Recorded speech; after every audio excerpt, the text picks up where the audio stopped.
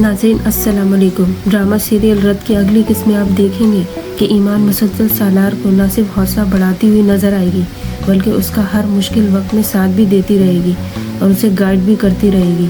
वो उससे कहती है कि अगर अपनी ज़िंदगी में आगे बढ़ना चाहते हो तो माजी से लड़ना भी होगा और जीतना भी होगा।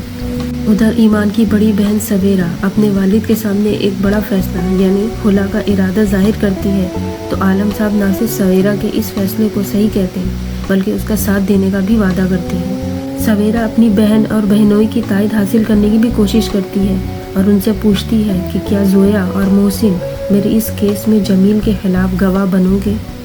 सालार की सौतेली माँ शहला अपने शौहर जामिन को ये बताती है कि उनके बेटे ने जर्मनी में अपनी कॉलीग से निकाह कर लिया है। ड्रामे की अगली किस्म में आप देखेंगे कि सालार की बीवी ईमान के साथ फिर वही वाकया दोहराने की कोशिश की जाती है जैसे सालार की माँ यानी राहत के साथ की गई थी और कोई अजनबी शख्स ईमान को धक्का देकर एक कमरे में बंद कर देता है और फिर बाहर से आग लगा देता है। सालार, उसकी फैमिली यानी बाप, बहन और सालार की सौतेली माँ इस बेकाबू आग को देखकर बेहद खौफजदा हो जाते हैं। उधर सालार आग में घिरी हुई ईमान को देखकर फिर अपनी माजी में हुए इस वाक़े को याद करने लगता है जब उसकी माँ भी इसी तरह आग में घिरी हुई थी और वो कुछ नहीं कर सका था।